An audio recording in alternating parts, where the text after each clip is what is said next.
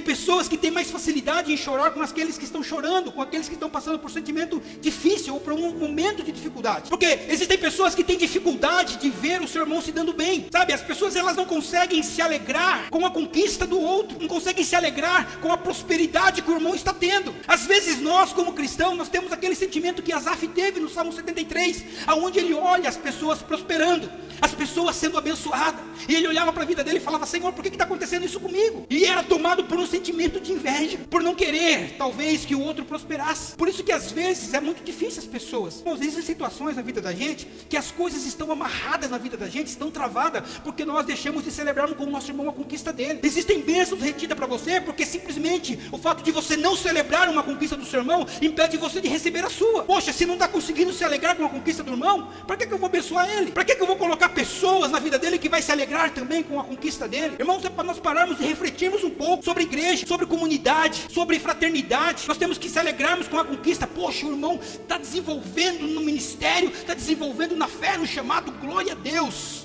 Eu sei que vai chegar a minha vez também. Torça, ore, interceda, busque. Se alegre com os que se alegram.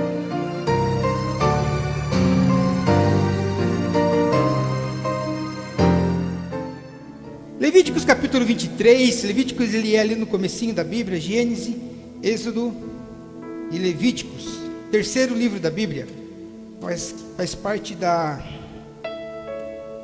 Torá, os 5 primeiros livros da Bíblia, o Pentateuco, famoso por ser escrito por Moisés. Quantos encontraram? Diga amém! Oh glória! Versículo 15. Vamos lá então. Contem 7 semanas a partir do dia em que oferecerem a Deus os primeiros feixes de trigo que foi colhido.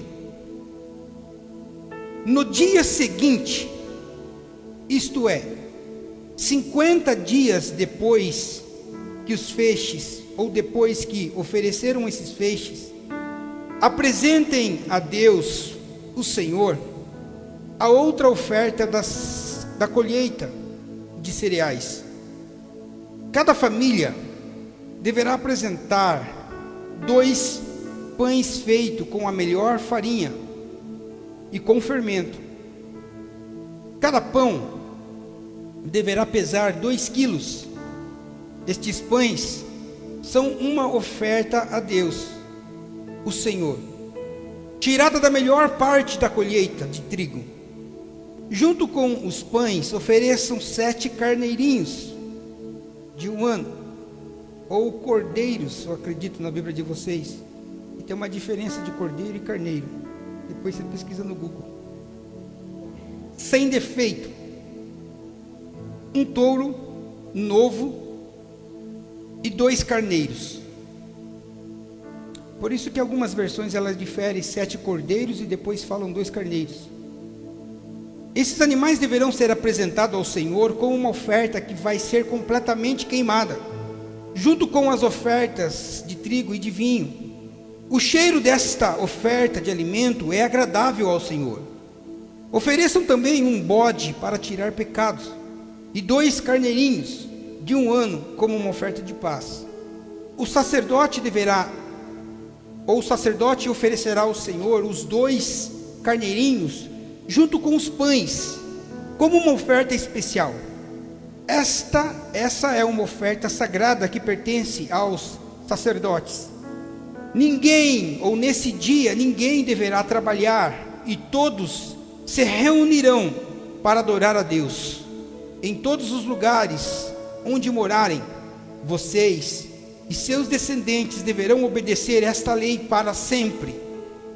Quando fizerem a colheita dos trigos, não colha as espigas dos pés que ficam à beira do campo, nem volte atrás pegar as espigas que estiverem ou que tiverem sido colhidas, no caso que já estiverem no chão. Deixem essas espigas para os pobres e para os estrangeiros. Eu sou o Senhor Deus de vocês. Curve sua cabeça, amém? Feche seus olhos. Peço para que o Senhor fale com você nessa noite. Aleluias. faça uma oração, pedindo uma orientação de Deus sobre aquilo que Ele quer falar, ou aquilo que Ele vai falar. Aleluias, louvado seja o Teu nome, Senhor. Pai, fala conosco nesta noite, fala comigo, fala com a Tua igreja, tenha misericórdia de nós, Pai. Estamos sedentos e carentes da Tua voz nessa noite. Somos atraídos, ó Pai, pela Tua presença nessa noite. Por isso nós estamos aqui, Senhor. Por nós mesmos nós não estaríamos, mas o Teu Espírito nos atraiu, mesmo com esse frio, Pai, para a Tua presença, para nós estarmos juntos, reunidos em um mesmo lugar, para glorificar e exaltar o Teu nome. Este é o pedido, Pai, que eu faço a Ti, em favor da Tua igreja também nessa noite, em nome de Jesus. Amém. Amém. Glória a Deus. Vocês sabem que eu tenho falado nesses últimos dias, nas últimas semanas, na verdade, sobre a festa de Pentecostes, sobre a festa de Pentecostes, sobre a festa das primícias, sobre a festa dos pães asmos, sobre a festa da Páscoa. Então eu vou dar continuidade naquilo que eu comecei, para que vocês possam entender. Talvez seja mais informativo, mas que traz uma grande revelação para as nossas vidas. Talvez uma leitura, embora eu tenha lido aqui uma versão, uma linguagem de hoje, numa leitura rápida, embora eu tenha lido essa versão, mais clara e direta para vocês, talvez tenha passado desapercebido as ofertas que foram, ou que deviam ser apresentadas nesse dia, que é o dia de Pentecostes, que é pertinente aos capítulos que nós lemos. Só para você ter uma dimensão do que acontecia em Jerusalém nesse dia, cada família, ou cada homem, ou pai de família, deveria levar então para este lugar, faça as contas comigo, 7 cordeiros, começava com 2 pães, de 2 quilos cada pães, 4 quilos de pães, mas eram 2 pães cada pães e 1 quilo, pão grande, levava 7 cordeiros, carneirinhos, depois levava mais 2 carneiros. Em Números, no capítulo 28, Deus acrescenta para ser levado nesse dia 3 quilos de trigo ou de cereal. Depois aqui nesse versículo que nós lemos, no capítulo que nós lemos, a Bíblia nos diz que Deus pede para que levasse também um touro novo ou um novilho. Depois pedia para que levasse mais um bode para ser sacrificado pelo pecado do povo. E depois mais 2 carneirinhos como uma oferta de paz. Observe que cada família levava tudo isso. Agora vamos pensarmos numa dimensão do tamanho de Israel, cada família levando para Israel essas ofertas. Você consegue parar para pensar a proporção do evento que acontecia nesse dia? Irmãos, é muito animal, é muita oferta, é muita coisa. Era muita festa que acontecia. Só para você ter uma dimensão daquilo que acontecia em Jerusalém, provavelmente trazia um impacto social a ponto das outras nações e as outras cidades começarem a reparar na festa que estava acontecendo. Era notório. Agora você imagine a descida do Espírito Santo nesse dia, aonde todo mundo estava reunido em Jerusalém, onde todas as pessoas estavam juntos ali, oferecendo essas ofertas de sacrifício, juntamente no dia de Pentecostes. Eu estou falando isso, trouxe tudo isso para vocês, porque nós estamos a uma semana da festa de Pentecostes, segundo o calendário judaico, que a festa acontece na semana que vem, no domingo que vem, no dia 28, acontece então, segundo o calendário judaico, a festa de Pentecostes. Esta festa ela acontece justamente 50 dias após a festa da Páscoa. Estou falando isso para que você possa entender, enquanto eu arrumo meu microfone aqui. 50 dias após da Páscoa. É lógico que eu e você, nós como igreja, nós não comemoramos a festa do Pentecoste da mesma forma que os judeus comemoram. O sentido da festa do Pentecoste, para mim e para você, ou pelo menos se você não sabia, é diferente.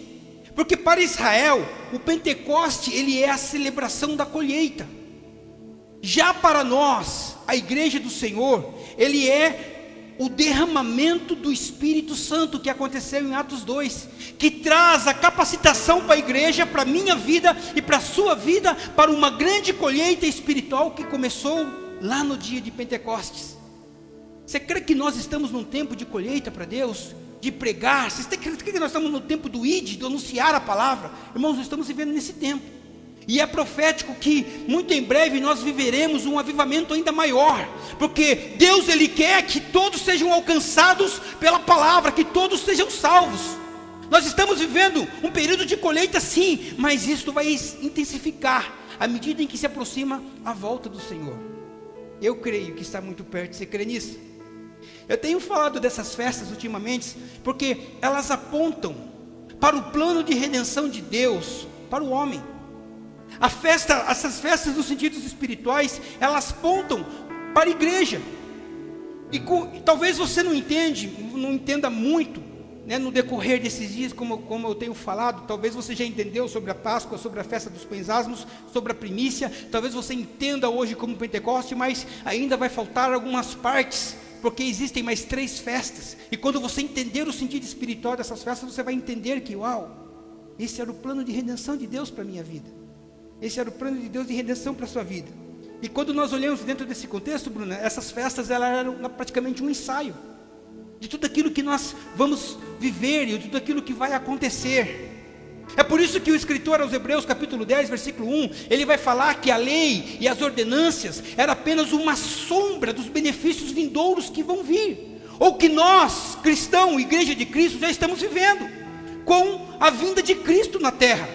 Se bem que nós não estamos vivendo na plenitude de tudo aquilo que Deus tem. Então a lei, ela trazia praticamente uma sombra, não era concreto, porque mesmo na lei, por intermédio de sacrifício, ela era incapaz de trabalhar no homem, para se tornar o homem perfeito, a ponto dele se aproximar de Deus. Por isso que o escritor aos Hebreus, nesse capítulo, ele faz a questão de trazer essa ênfase, que tudo aquilo que estava na lei, nas ordenâncias, apontava para um benefício, para algo muito maior, que está relacionado para mim e para você como igreja. Eu quero confessar uma coisa aqui para vocês, uma ignorância minha, que talvez alguns até também tenham pensado da mesma forma, porque eu pensava que a festa de Pentecoste, ela acontecia especificamente em um dia, ou no 50º dia, que se dava, né, as ofertas, que nós lemos nesse capítulo. Então para mim acontecia a festa somente no dia 50, ou no 50º dia depois da festa, e tá bom, e tá valendo. Mas na verdade, ela não acontece no 50º dia, Wagner. Ela acontece já no primeiro dia, lá atrás.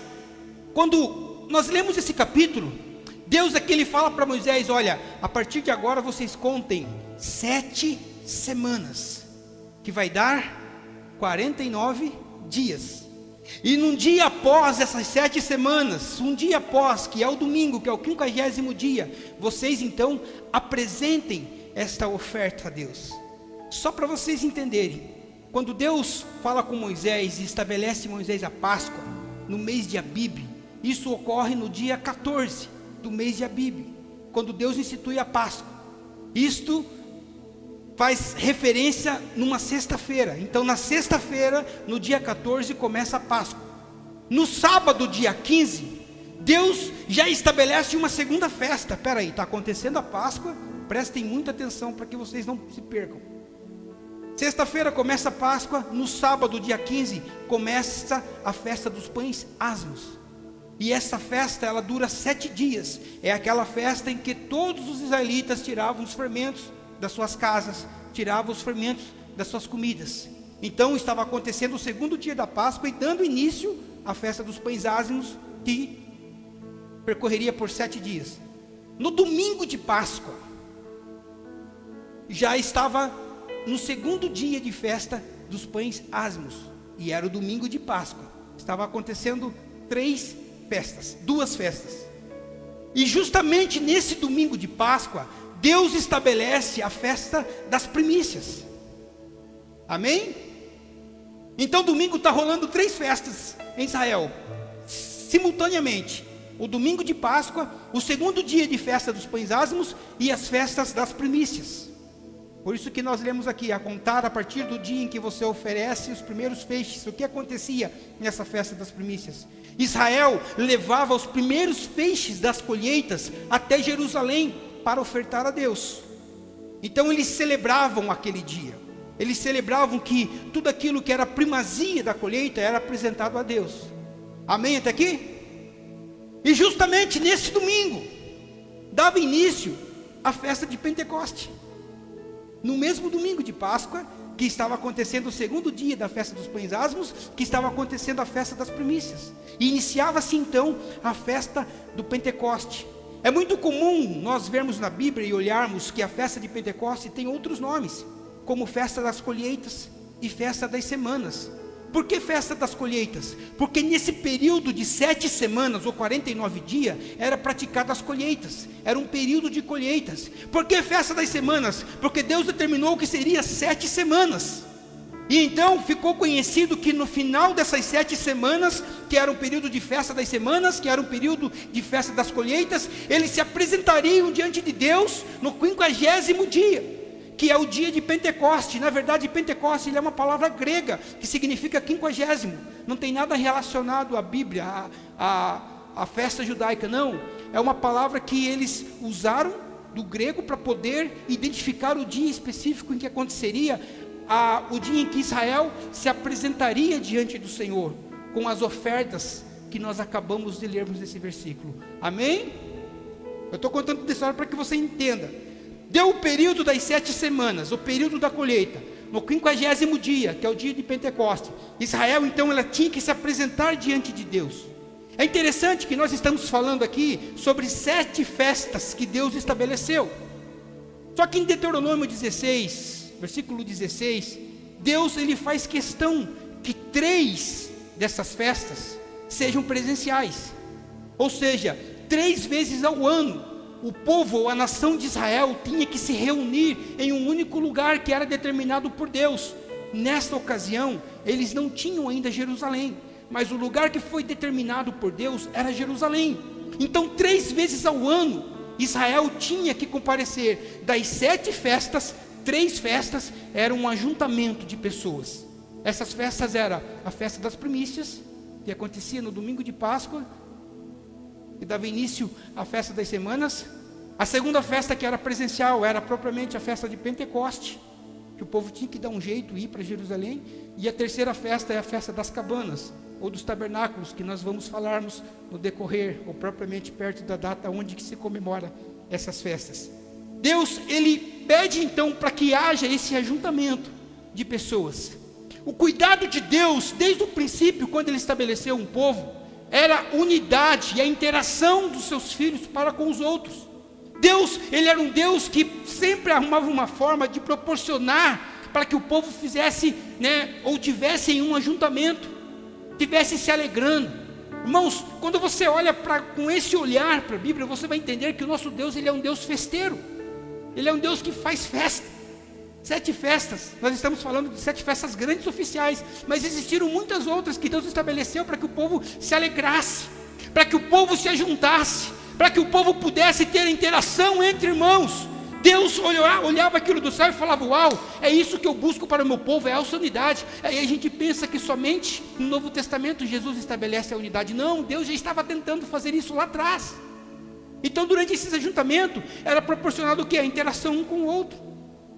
Era essa interação, esse calor humano, esse cuidado que Deus tinha de estar junto. Agora eu pergunto para você que é pai, você que é mãe: qual pai, qual mãe não gosta de ver os filhos reunidos? Não é da hora? Você que é pai, quando você está lá, seus filhos reunidos, seus netos.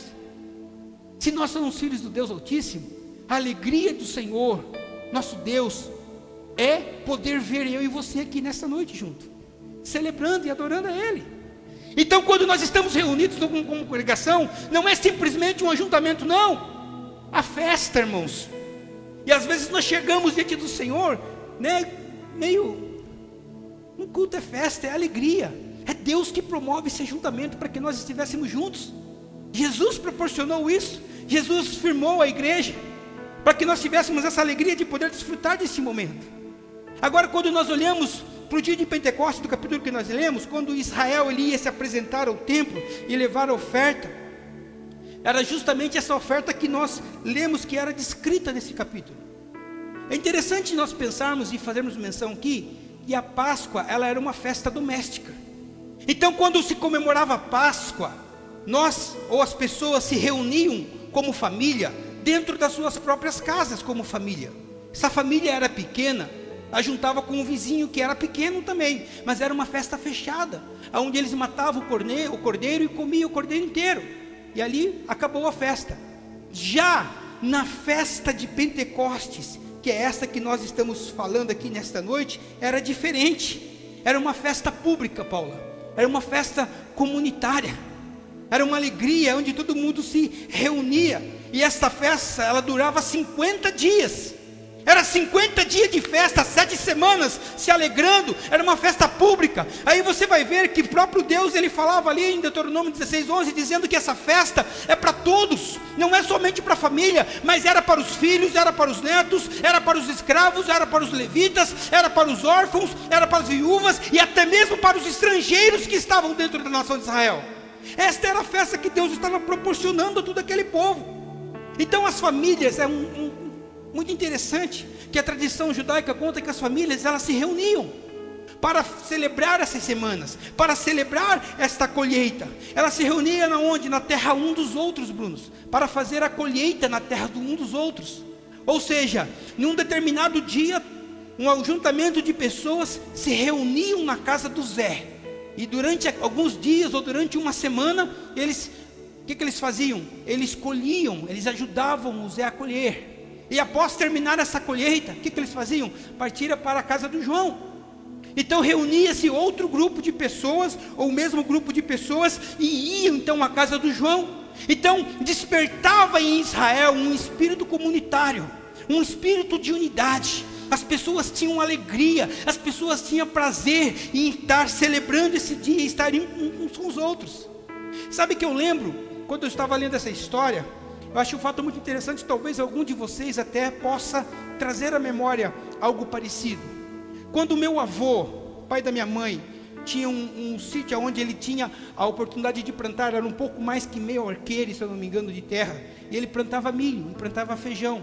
Um determinado tempo era milho e feijão, e as pessoas dos sítios em volta, elas se reuniam para, quebrar milho que fala?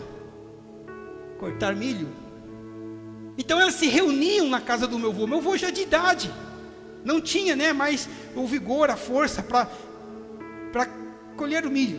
Então as pessoas se reuniam ali, aí passava-se a plantar o tempo do milho, plantava feijão, não era muito grande, mas também não era tão pequeno. Então eles se reuniam, os mais jovens, os mais moços se reuniam na casa do meu avô, e eles colhiam feijão, depois colocava para secar, batia, almoçava, era uma alegria.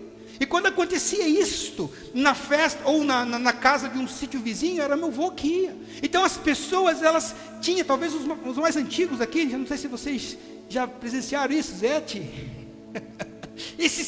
essa unidade que as pessoas tinham nos sítios, esse espírito comunitário.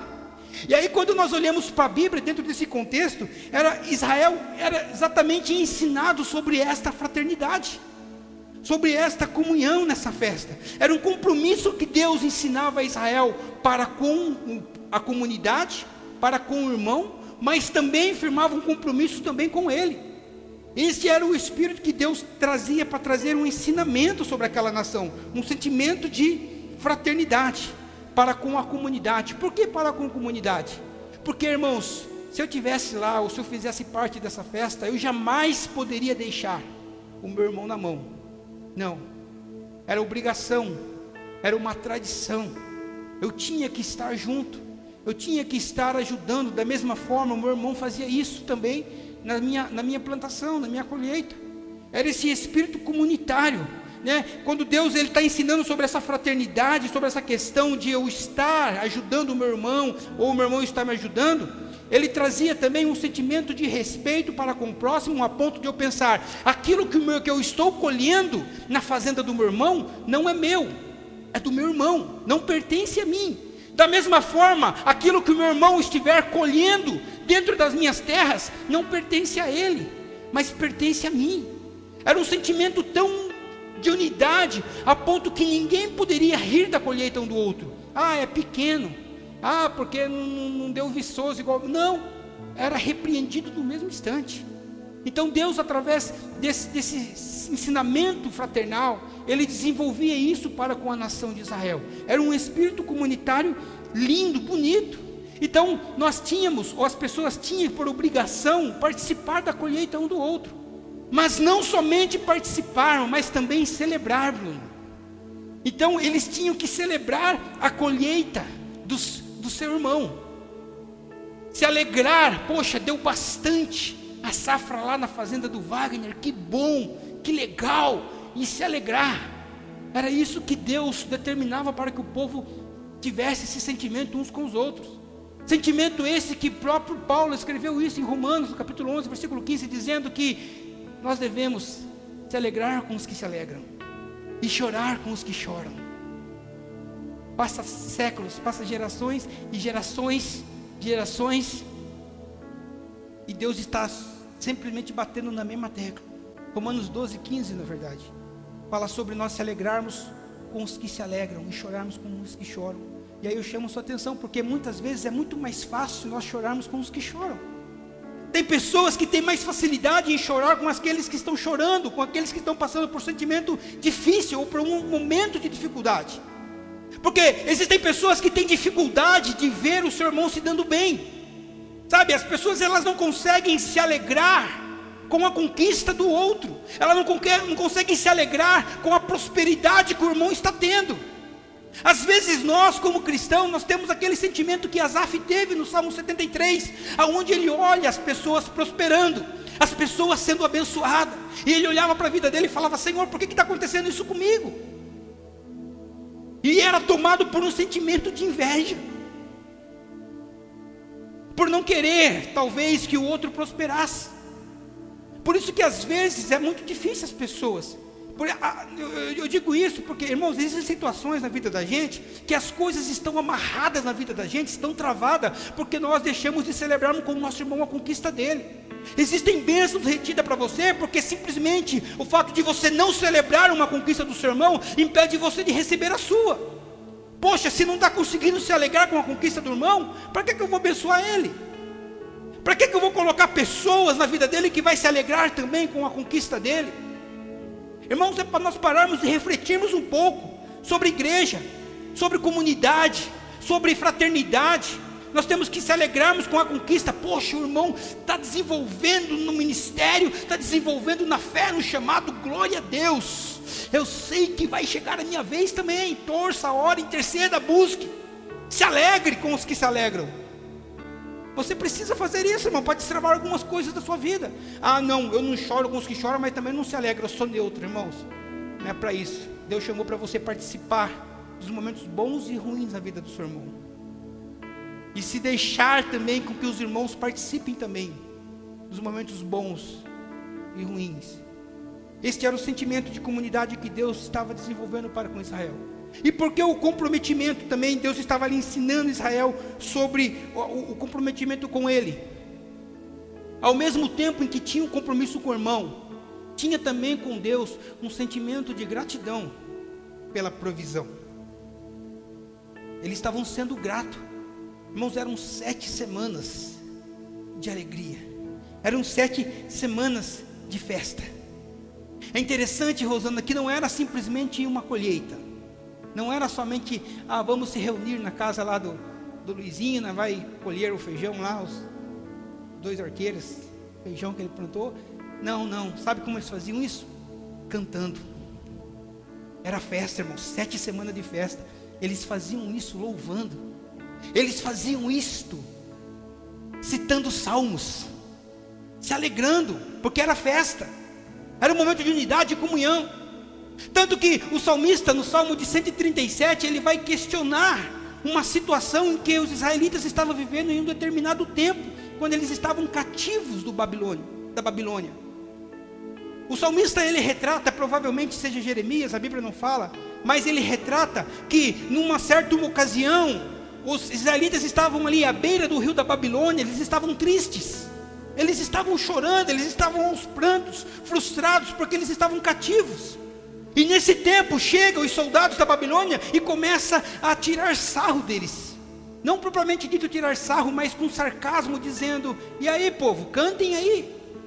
Vocês não são um povo alegre, aonde vocês trabalham louvando, jubilando, citando salmos, se alegrando? Cantem, quero ver vocês cantarem agora. Salmo 137. Aí eles viram e falam: como nós poderemos cantarmos estando nessa condição de cativos? Não tem como nós nos alegrarmos, porque nós estamos longe da nossa terra, longe da nossa pátria. Nós não podemos reunirmos para celebrar aquilo que Deus determinou sobre as festas, para estarmos juntos. E aí eles fazem até uma oração dizendo: Senhor, que eu nunca mais cante ou toque, se por um acaso eu me esquecer de Jerusalém. Estavam cravados nos corações, na mente dele, que eles tinham que estar juntos, que eles tinham que estar reunidos. Então nessa festa, nessa passagem, é bem visível que até os outros povos, eles entendiam que Israel era uma nação alegre. Era 7 semanas, né, de alegria e colheita e festa e vem e vai. Eles não iam para a colheita murmurando. Eles não iam para um trabalho murmurando. Mas eles iam com alegria. Eles não acordavam cedo dizendo: poxa vida, eu tenho que trabalhar hoje. Nossa, eu vou ter que ir mais cedo hoje, porque se eu for mais tarde o sol vai estar queimando e vai estar pinicando tudo, e como é que eu vou colher aqueles raminhos de trigos? Não, eles não reclamavam. Eles não reclamavam se tinham ou não salário. Irmãos, quantas vezes a gente levanta, às vezes nós temos dificuldade de sermos gratos a Deus pelo que nós vivemos. É aquilo que eu falei, nós sentimos falta de alguns irmãos, sim, mas nós deixamos de olharmos para o lado e falar: poxa vida, tem uma galera aqui, tem um ajuntamento aqui. Às vezes a gente fica pensando: poxa, eu vou ter que ir aguentar aquele chefe chato. Irmãos, quantos queriam ter um chefe? Quantos queriam ter um trabalho? Quantos queriam acordar cedo? Quantos queriam ter uma carteira assinada?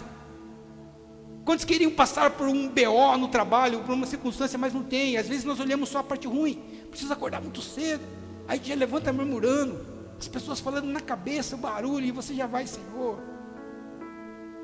se for da tua vontade, eu quero ganhar na loteria. Eu vou ter que ir na igreja de novo com esse carro. Eu vou ter que ir de a pé porque estou sem carro, não tenho moto. Irmão, você está andando, caminhando. Você está com saúde, você não está com dengue. Você está aqui. É a ótica às vezes que muda o coração, sabe? Nós podemos olharmos e falar: poxa vida, eu tenho sido tão ingrato, o pão não tem me faltado. Alguns talvez vão sair daqui e vão comer um lanche. Posso ouvir um amém? Hoje? Tomar uma sopa? Não, hoje não. Janta, almoço, 3 refeições, 4 refeições por dia. Amanhã você pode chegar a comprar o seu pão. É a gratidão, irmãos. As suas contas: não está sobrando dinheiro, mas você está devendo. Não, está tudo pago. Deus às vezes sabe que se der um pouquinho a mais para você, você desanda. Às vezes nós não estamos preparados ainda para receber um salário que recebemos.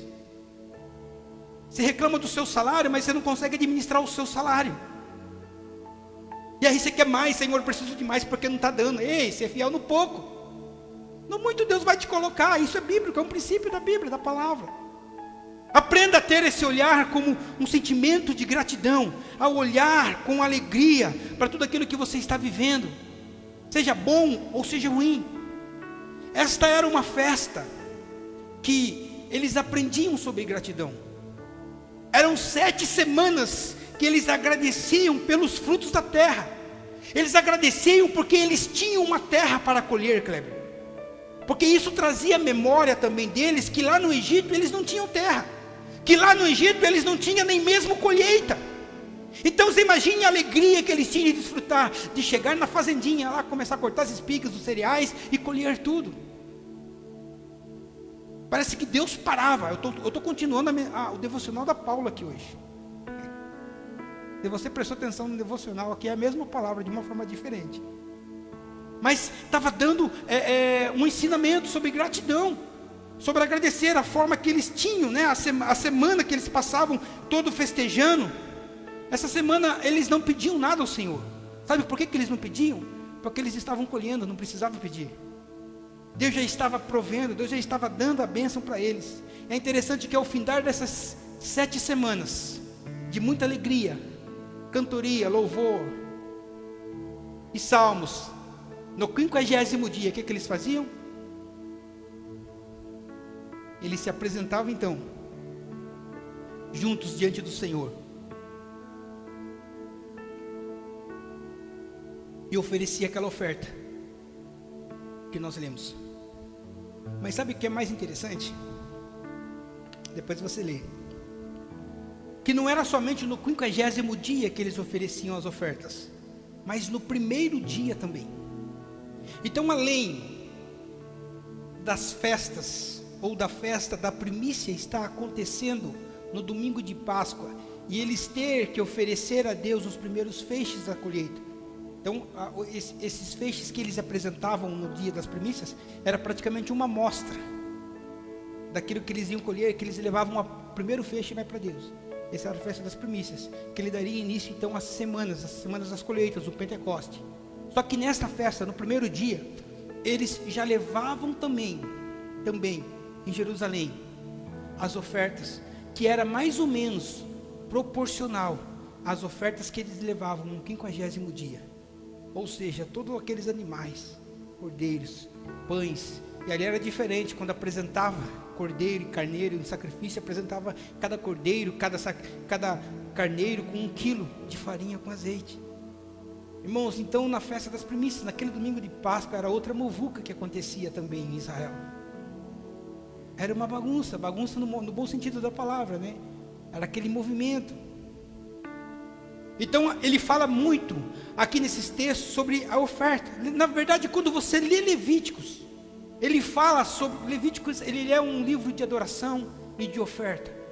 Tem esse nome porque era direcionado muito ao pessoal da tribo de Levi, mas também era um ensinamento que Deus dava à congregação de Israel, ou à nação de Israel. Nesse dia, nesse livro, por assim dizer, não era simplesmente Moisés que ensinava o povo sobre a oferta, mas era o próprio Deus que ensinava Moisés, através da sua palavra, sobre a oferta, sobre essas ofertas de sacrifícios que era apresentado. É interessante pensar e trazermos para esse contexto. Eu quero até abrir um parênteses nessa mensagem e dizer para vocês que estão aqui nessa noite, que quando nós falamos em relação à oferta, a oferta ela nunca está relacionada a dinheiro em si, sabe? Vou quebrar alguns paradigmas aqui nessa noite. Talvez você pense que, poxa, por que eu preciso ofertar? Irmãos, Deus, ele não precisa do seu dinheiro. Ele não precisa do seu dinheiro. Mas Ele ensina, através da sua oferta, ou através da nossa oferta, como nós podemos obedecê-lo a Ele em mais esta área da nossa vida. É um ensinamento que Deus dá. Quando eu comecei a olhar o livro de Levíticos e olhar para essa ótica de ensinamento, eu aprendi muita coisa. Eu digo isso porque, olha, um momento, vou falar aqui, não fique bravo comigo não, amém? Mas o momento da oferta nas igrejas, às vezes, está tão banalizado, sabe, que a gente vê vídeos na internet, vê vídeos no Facebook, que a gente vê pastores, líderes quase que implorando, tentando convencer a igreja a ofertar, ao invés de ensinar. Irmãos, a palavra nos ensina, a palavra nos educa. Cumprir o ensinamento ou não, cabe a mim, cabe a você. Então não é muitas vezes o pastor, o dirigente que precisa convencer você a ofertar, convencer a você trazer as suas ofertas, não. Sabe o que é interessante? Nesse mesmo capítulo, esse mesmo livro, no capítulo 1 de Levíticos, assim como a oferta destas festas, ela era levada e apresentada a Deus, no capítulo 1, ali do livro de Levítico, vai mostrar também que essa oferta, que existe uma ordem para ser apresentada essa oferta, existe um princípio para nós ofertarmos a Deus, não é de qualquer jeito, não é de qualquer maneira. Existe a oferta que é a oferta de manjares, existe a oferta que é a oferta de gratidão, existe a oferta que nós vemos no texto que era a oferta pelo pecado, existe a oferta que era o voto. Às vezes eles faziam um voto como oferta e ofertava a Deus. E eu já chamo a sua atenção nessa noite, porque quando você fizer um voto com Deus, eu não falo de oferta, eu falo de qualquer coisa que você fizer, não tarde em cumprir, a Bíblia fala isso. quando fizeres um voto, não tarde em cumprir. Porque às vezes não é muito comum você fazer um voto, Senhor, se tu fizer eu faço. Não, está errado, a Bíblia não diz isso. A Bíblia diz isso, é um acordo. Quando você faz um voto com Deus, Senhor, se tu fizeres eu vou fazer isso. E a Bíblia fala, não tardes em fazer a sua parte. Porque quando você fizer um voto com Deus, vai e já cumpra o seu voto, independente de Deus fazer ou não, de Deus ter feito ou não. Porque às vezes nós esperamos Deus fazer, aí Deus não faz, você não faz também, quebra de voto. É melhor que você não faça. É melhor que você não vote. Se você fizer um voto com Deus, independente de ser dinheiro, independente de ser qualquer coisa que você propor com Deus, faça a sua parte, cumpra a sua parte. A Bíblia nos diz que Deus não fica devendo nada para ninguém. Amém? Deus não vai ficar devendo nada para você. Porque muitas vezes nós temos medo de fazer um voto com Deus e cumprirmos a nossa parte primeiro com Deus. É um voto de fé, irmão. Mas voltando, existem outras ofertas que é o propósito, uma oferta de propósito também. Ele, através dessas ofertas que a Bíblia nos ensina, ele nos ensina a nos tornarmos adoradores. Eles ensinam a nós tornarmos adoradores. Às vezes a gente acha que a oferta é só um momento na igreja de levantar dinheiro para pagar as contas. Não, a oferta não é só um momento na igreja de levantar dinheiro para pagar as contas. Não, a oferta é adoração. A oferta, ela é adoração. Você queira aceitar isso ou não, de fato ela é. E às vezes não precisa o pastor, ou seja quem for, convencer você a ofertar. Se você oferta, se você traz a sua oferta diante do altar, abri um parênteses na mensagem aqui agora, quem te convence é o Espírito Santo. Não há nada que eu possa falar, não há nada que eu possa pedir para vocês fazerem, né? Ou para vocês, que vocês vão fazer vocês ofertar. Não, se não for pelo Espírito, se você não tiver um coração ofertante, você não vai fazer. Se você oferta é porque o Espírito te convenceu. E quando nós falamos de oferta, isso é adoração. Da mesma forma, quando nós louvamos a Deus, quando nós adoramos, quem convence, quem intercede por nós é o Espírito. Aleluia, porque por nós mesmos, meu irmão, nem aqui você queria estar hoje. Eu queria estar na sua casa assistindo Netflix. Mas você está aqui como uma oferta. Paulo, ele escreve 2 Coríntios 9:7, dizendo que assim, ó, em relação à oferta, cada um dê segundo mover o seu coração. Ele fala assim, dê com alegria. Não dê por obrigação. Não é obrigação, irmãos, não é obrigação vocês ofertar. Olha, eu não estou querendo convencer ninguém, eu estou ensinando. Se fazer, amém. Se não fazer, também amém. Vocês não vão ser ignorantes mais em relação a isso. Mas não dê com tristeza. Paulo fala isso. Não dê com pesar, mas dê com alegria. Porque Deus ama quem dá com alegria. Esse é um dos princípios, uma das formas certas para ofertar. Não é de qualquer jeito, não é de qualquer maneira. Tanto que Jesus, o próprio Cristo, ele fala isso, Mateus 5:23, dizendo bem assim, olha, para você ofertar de uma maneira correta, se você chegar diante do altar de Deus para ofertar, e você lembrar que você tem um BO com o seu irmão, que você tem uma pendência com o seu irmão, sua oferta não vai ser aceita. Se você tiver de picuinha, não vai ser aceita. Sabe o que a Bíblia, o próprio Jesus recomenda? Deixa a sua oferta no altar. Ele não fala para levar. Vai e se acerta com o teu irmão. Se você tem algo contra ele, ou se ele tem algo, resolve esse problema. E depois você volta e oferece a oferta a Deus. Por que Deus fala? Jesus pede para que deixe no altar. Porque se você trouxer aqui, você lembrar que tem uma pendência, se você pegar a oferta e levar novamente, você não vai resolver a pendência com o seu irmão. Jesus é sábio. E quando você deixa uma oferta aqui, você tem uma pendência lá, você tem duas pendências que você precisa resolver. E quando nós falamos que a oferta é uma adoração, a nossa adoração que nós prestamos no culto é da mesma forma também. Se a oferta é uma adoração, logo a adoração também é uma oferta. Então quando nós louvamos e cantamos e nos quebrantamos diante de Deus e adoramos e dizemos que Ele é santo e falamos palavras de amor, palavras bonitas assim como a Cibele ministrou aqui nessa noite, nós estamos também ofertando a Ele a nossa adoração. Portanto, se houver alguma coisa pendente com o seu irmão, você acha que essa adoração chega? Eu acho que é os Hebreus, o escritor diz, olha, Se você não estiver em paz com todos, vocês não vão ver Deus. Segui a paz com todos, e a santificação sem a qual ninguém. Nós estamos falando bastante sobre amor ao próximo, né? Eu tento fugir do negócio, mas sempre nós volta aqui. É a fraternidade, é o compromisso que eu tenho que ter como igreja, com a comunidade da qual eu faço parte. Amar o meu irmão. Se eu tiver um BO contra ele, o seu louvor não vai ser recebido, a sua vida de adoração não vai ser recebida, a sua oferta no altar não vai ser recebida, os seus dízimos não vão ser recebidos. É muito sério. A palavra é passada. Amém, irmãos? Quando a gente pega o sentido da festa das primícias, talvez você fica pensando, poxa, tem muita coisa que é do Antigo Testamento. É interessante a gente ver que Paulo, ele traz um ensinamento à igreja de Roma, os romanos, no capítulo 11, versículo 16, ele diz bem assim, que quando você santifica a primeira parte, Paulo está fazendo uma referência aqui à festa das primícias. Quando você santifica a primeira parte de alguma coisa ao Senhor, o restante é santificado.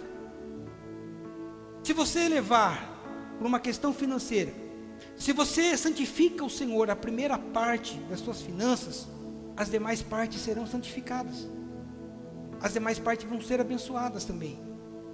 É interessante que às vezes a gente fala, mas existem muitos exemplos do Antigo Testamento. Olha, sabe o que Paulo está fazendo aqui dentro desse contexto, usando essa referência da festa das primícias? Ele usa um exemplo do Antigo Testamento, fazendo uma aplicação para os crentes do Novo Testamento, sobre a oferta, sobre, propriamente dito, as primícias, ensinando que há uma lei espiritual por trás de cada oferta.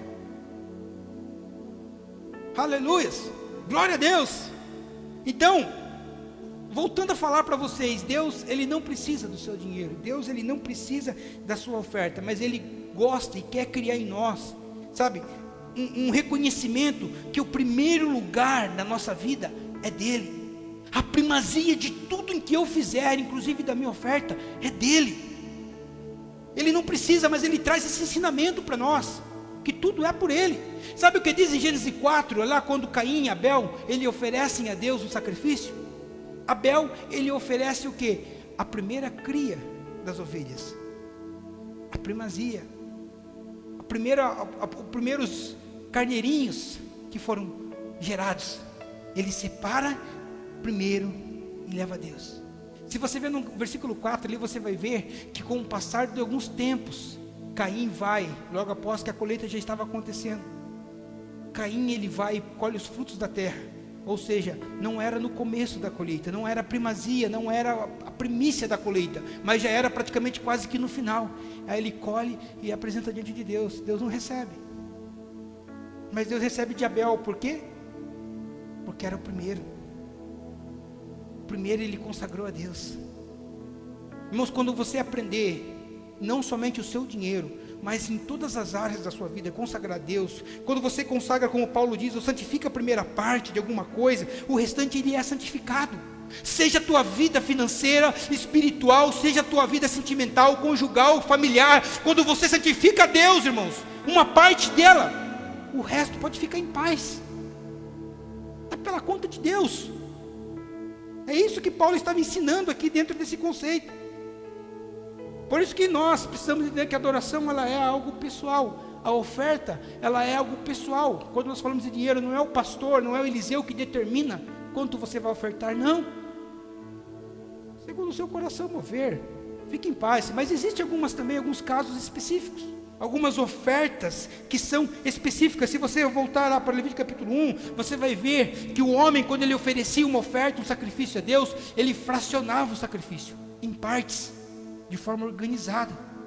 Ele mesmo cortava as partes e fracionava, dividia a oferta dele para que pudesse ser levada a Deus, pudesse ser sacrificada a Deus. É igual hoje, quando nós ofertamos, existem propósitos específicos, e você pode ou não participar. Existe a oferta voluntária, segundo o teu coração mover. Quando nós tiramos a oferta, irmão, mas tem a liberdade, é isso aqui que eu vou ofertar na casa do Senhor, amém. Em relação a louvor, em relação à palavra, amém. Em relação à área financeira mesmo da sua vida, amém. Existem os dízimos. Existem os dízimos também. Assim como também existem, quando a gente faz um levantamento, vamos levantar uma oferta para construir, ou para reformar, ou para fazer algo específico no templo. Assim como existe também a oferta missionária. É uma oferta específica. Deixa eu falar algo aqui que talvez alguns irmãos não saibam. Mas a nossa igreja, nosso ministério, ela oferta na vida de missionário. A nossa igreja. Não somente a nossa igreja, mas existem pessoas da igreja que fazem ofertas, especificamente oferta missionária. Para que vocês saibam, esta oferta não é usada para pagar conta. Quando chega alguém e fala, pastor, essa aqui é uma oferta missionária. Esta oferta, ela não é direcionada para fazer reforma, para fazer manutenção. Ela não é direcionada sequer, até mesmo para comprar algo para a igreja, não. Quando chega alguém e fala, isso aqui é uma oferta missionária, sabe o que eu faço? Pega essa oferta e encaminho para um missionário. Eu encaminho essa oferta para um missionário. Por quê? Porque há uma lei espiritual por trás de cada oferta. Então quando você investe em missões, irmão, eu não vou tirar a bênção daquele que traz uma oferta específica para a missão. Não. Às vezes você fica pensando, poxa, mas então a oferta missionária é diferente da oferta voluntária, dos dízimos? Sim, é diferente. Você, inclusive, você pode ofertar na vida de um missionário. Se você conhecer uma pessoa que faz missão, que é uma pessoa séria, que é uma pessoa que tem comprometimento com a palavra, você pode ofertar na vida dele. Agora, se você não conhecer uma pessoa assim, você pode estar trazendo na igreja, porque a igreja conhece pessoas que vivem especificamente de missão, e essas ofertas, elas são direcionadas, elas não são usadas para outra coisa, elas são aplicadas. Mas a igreja não tem missionário. Não, a igreja não tem missionário de fato, mas eu não vou tirar a bênção daquele que está semeando em missão, para que não receba a lei que está por trás, a lei espiritual que está por trás dessa oferta. Não, eu vou encaminhar para um missionário. Assim também, eu louvo a Deus pela vida de vocês, porque vocês, eu não tenho que reclamar de vocês, mas pelo menos tem que ensinar em contrapartida, né, a forma que vocês têm agido. Mas também existe a questão de você ser específico quanto ao dízimo. Sabe, irmãos, deixa eu falar uma coisa aqui. Tem irmãos que dizimam nessa igreja, que propriamente oferta o dízimo, coloca o dízimo como oferta. Amém, no coração dela, né, ela dizimou, ela não coloca no cartãozinho, mas eu entendo, né? Porque existem alguns cultos que estão os mesmos valores. Eu penso, isso aqui é dízimo. Então quando você for dizimar, seja específico no dízimo. Esse dinheiro, pega o cartãozinho, marca esse dinheiro, é dízimo, Eliseu. Esse dinheiro, por quê?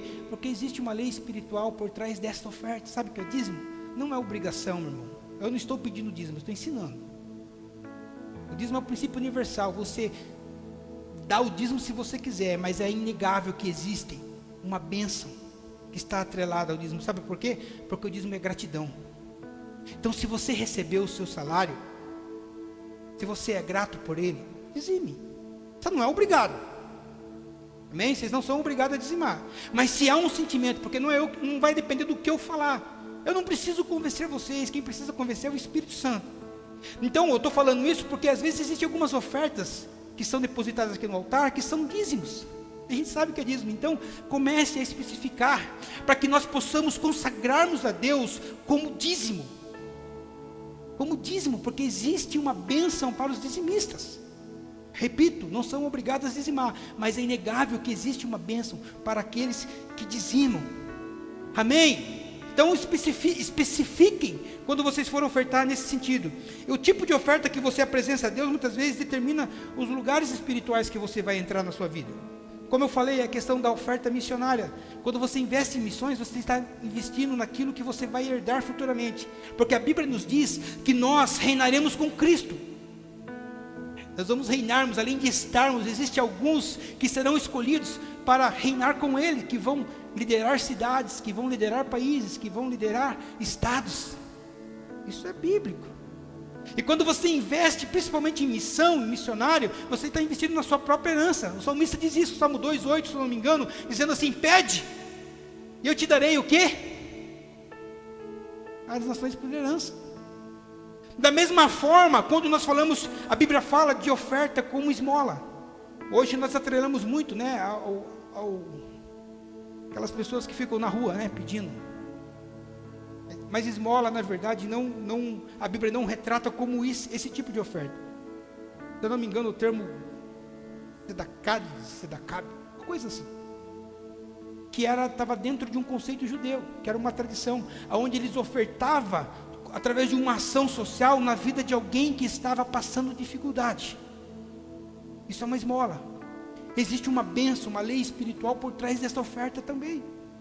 Às vezes nós achamos que só oferta voluntária na igreja, é só os dízimos, essa oferta missionária. Não! Sabe, uma oferta, né, o nome talvez soe pejorativo, mas esse não é o sentido literal da palavra, da esmola. Talvez você comprar um caderno para o seu vizinho, para o filho do seu vizinho que está precisando, isso é uma oferta. É você olhar as pessoas que você conhece, que moram próximo, e ver que a criancinha está sem sapato. Vai lá, oferte. Irmãos, isso é bênção de Deus. Isso é um ensinamento. Eu não posso ser hipócrita aqui e falar que somente tragam a casa do tesouro. Não. Eu estou ensinando você a destravar algo na sua vida.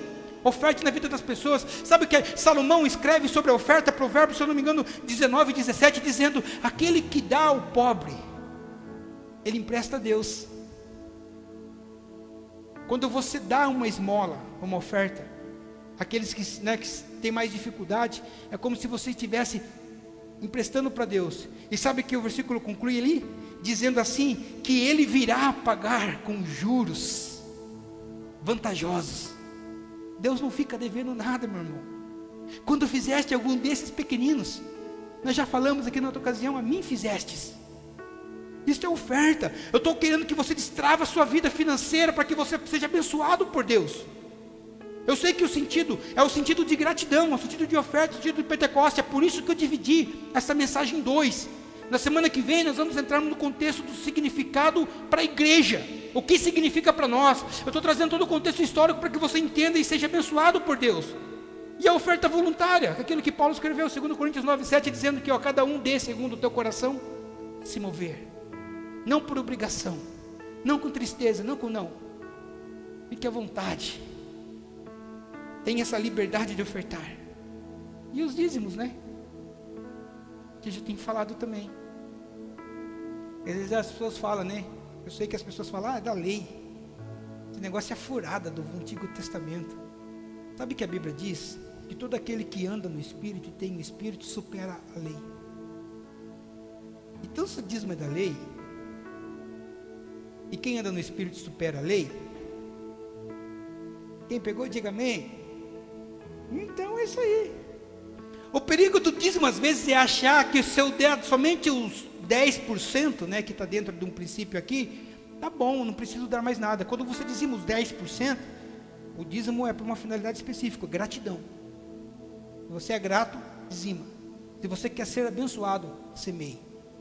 Semeie, oferta voluntária, oferta missionária, oferta na vida do pobre, dos necessitados. Por isso que eu tenho que falar a oferta específica. Às vezes a gente acha que não, dê meu dízimo, tá bom. Não, irmão, seja ofertante para que você possa colher. Você precisa semear para que você possa, né? O dízimo é oferta, é uma oferta, ou qualquer outro princípio da lei de Deus. Geralmente não, ele precisa ser uma resposta ao amor de Deus por mim. Qualquer coisa que você for fazer, ao ofertar para Deus, não tem que ser por obrigação, mas tem que ser em resposta àquilo que Ele fez por você. O que Deus tem feito por você? Deus tem sido bom para você? Só o fato deles nos salvar, irmão, só o fato dele proporcionar esse momento para nós, já é um presente. Porque antes a gente tinha que cumprir a lei para ser aceito por Deus, no Antigo Testamento. Hoje não, no Evangelho é diferente. Você entende que na cruz você foi aceito por Deus, e aquilo que você faz não é por obrigação. porque você recebeu essa dádiva de graça. Então o que você faz é em resposta o que Ele fez. Não é por obrigação. Se você ofertar ou não, se você dizimar ou não, você não vai deixar de ser salvo por isso. A salvação não tem nada a ver com isso. A salvação é aquele que crê em Jesus. Amém. A Bíblia fala que, mesmo salvos, nós seremos julgados segundo as nossas obras. Você vai ser julgado segundo aquilo que você fez. Não tem nada a ver com salvação. Está salvo, amém. Mas já imaginou você chegar lá e falar: ô Wagner, você foi top, hein? Você vai governar São Paulo. No reino milenar de Jesus. Você vai governar Marte, Gabriel. Um planeta inteirinho para você. O centro do governo de Jesus vai ser em Jerusalém. E a Bíblia nos diz que nós vamos governar, ou que Jesus vai governar através da igreja, todo o universo. Às vezes nós somos muito limitados. Aliás, não dá nem para pensar como que a gente vai governar o universo da terra. Por isso que a Bíblia fala que nós vamos reinarmos com Ele. Aleluias. Então, dê uma resposta a Deus. Responde aquilo que Deus fez pela tua vida, ajudando a comunidade, a igreja que você faz parte, as pessoas, para que você possa receber cada vez mais a bênção de Deus. Ele te aceitou, foi de graça, você não pagou nada por isso. Amém? Então, seja essa resposta. Eu estou dizendo isso porque isso vai destravar a sua vida. Isso vai destravar a tua vida, de uma forma que você... Às vezes, os pastores, eles subjugam muito a oferta, o momento da oferta. Porque eles falam que, se você der, você vai ser abençoado. Porque se você, traz um sentido de barganha. Irmão, se você ofertar com sentido de barganha, não oferte. Eu vou, eu vou ofertar porque a Bíblia diz: se eu semear, eu vou colher. E aí você, é o coração. Se você tiver com essa intenção, esquece. A oferta e o louvor é em resposta àquilo que Ele já fez. Então, olha o iPhone que eu profetizei aí, ó. Posto que é a Tainá. Glória. Esse menino vai casar, irmãos. Dia 19, 17. Oferte na vida dele, irmãos. Posso ouvir um amém?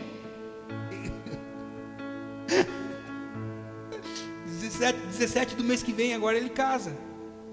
Ele ficou vermelho. Mas não é com sentido de barganha. Quando você vê algum pastor, algum líder falando: dá que você vai receber, dá. Sabe o que a Bíblia chama esses aí de ladrões? Que só vem somente para roubar e matar e destruir o povo de Deus. Quando a Bíblia fala que só vem somente para roubar e matar, não está falando do diabo, não, está falando dos líderes que ensinam as pessoas erradas, atribuindo a esses fariseus, essas pessoas que falam, que ensinam de maneira errônea. Então não filtre, examinar tudo e retém aquilo que é bom. Amém? Glória a Deus. Tem muita coisa para falar, mas deixa para lá. Vamos orar, nosso Deus. Vamos. Semana que vem nós vamos falar sobre Pentecoste. Glória, nós estamos falando já, Gratidão, festa das semanas. Aleluias.